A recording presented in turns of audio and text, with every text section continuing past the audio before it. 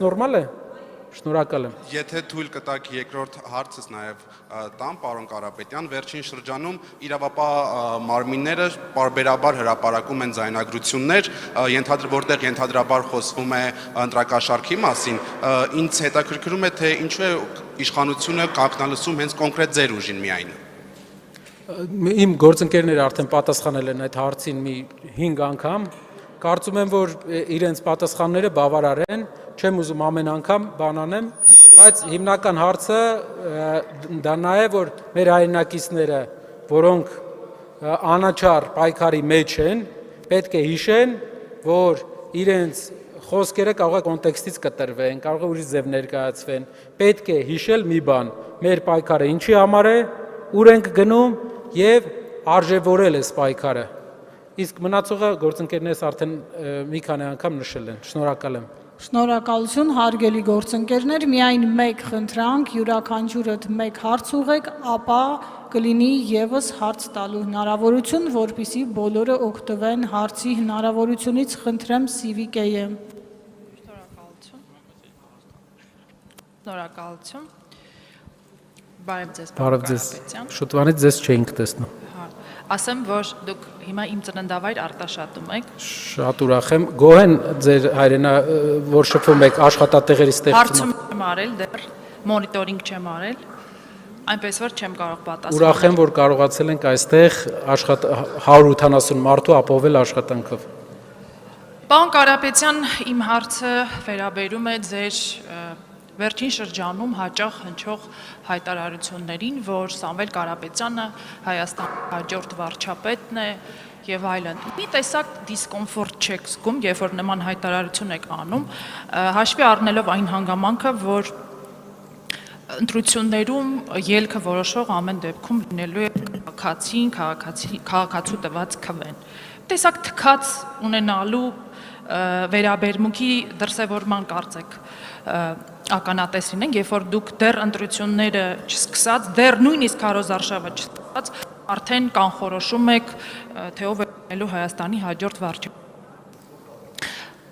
Եվ ընտրակաշառքի թեման, քանի որ Արտաշատում ենք մի 2 շաբաթ առաջ սկանդալային հաղորդագրություն հրապարակվեց իրավապահների կողմից, գիտեք, ձեր տեղի շտաբի աշխատակիցներն միմյանց հետ փոխանակվում ընտրակաշառք բաժանելու թեմայով, նրանց բոլոր անմեղության կանխավարկած անշուշտ։ Երիցս հարգում եմ, բայց հարց. Եթե իսկապես դուք ուժեղ եք եւ համոզված եք, որ հաղթելու եք գալիք ընտրություններում, ձեր հաջորդ Հայաստանի հաջորդ վարչապետն է լինելու է ձեր հորեղբայրը, ապա ինչու եք դիմում ընտրակաշառքի մերժելի, քրեորեն հետապնդելի մեթոդին։ Շնորհակալություն։ Շնորհակալ եմ։ Առաջի հարցին կարծեմ ես մի ծանոթ ուժ ունեմ, որի առաջնորդը մի անգամ հայտարարել էր, որ կամ ինքը կլինի Հայաստանի վարչապետ, կամ Հայաստանը վարչապետ չի ունենա։ Արդյոք չեք կարծում, որ դա շատ արգատելի վերաբերմունք է մեր ժողովրդավարությանը։ Արդյոք չեք կարծում, որ Հայաստանը վարչապետ չունենալու մասին պնդումը դա մեր պետականության հանդեպ անարգանք է, ժողովրդի կարծիքի եւ ընդհանրապես պետական ինստիտուտների հանդեպ անարգանք է։ Իհարկե այդպես է իմ կարծիքով։ Եթե դուք այդպես չեք, վստահ եմ դուք եք կարծում, որ մեր երկիրը միշտ պետք է ունենա վարչապետ եւ այդ վարչապետը պետք է երրորդ անգամ մեր կարծիքով եւ հասարակության նշանակալի մասի կարծիքով, ում սահմանադրական իրավունքն է դա,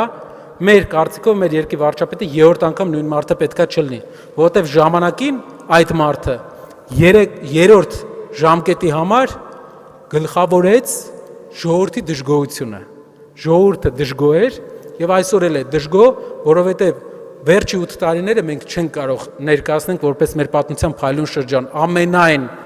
հարգանքով բոլոր գործիչների հանդեպ, որոնք եղել են այս ընթացքում ինչ-ինչ պաշտոնների Հայաստանում բարձր թե ցածր, բայց 8 տարվա արդյունքում մենք չենք կարող ասել, որ մեր երկիրը ապրել է իր ծաղկման շրջանը։ Մենք ունեցել ենք շատ բարդ շրջան եւ կարծում եմ, որ այդ բարդությունների համաստեղծողի, համապատասխանատուներից մեկի հետ ժամանակն է բաժանվել։ Երկրորդ հարցի հետ կապված իմ գործընկերները պատասխանել են այդ հարցին, վստահ եղեք, եթե այդպիսի բան լիներ Հայաստանում այս իրավիճակում իշխանությունները դա կօգտագործեին 50 անգամ ավելի թնդացնելով, դրա կա օրենքով սահմանված սահմանադրական իրավունք քարոզիչներ գրանցելու, որը իրացվում է բոլորի կողմից։ Թող սխալ տեղեկատվություն չտան, քարոզիչ գրանցելու խոսակցությունները երբեմն ներկայացվում են որպես կաշառքի առաջարկ, ինչքան ինձ բացատրել են մասնագետները, բայց իմ գործընկերները արդեն պատասխանել են այդ հարցին, հուսով եմ նաև մասնագետները ավելի կբացեն այդ հարցը։ Շնորհակալ եմ։ Ընտրակաշառք երևույթը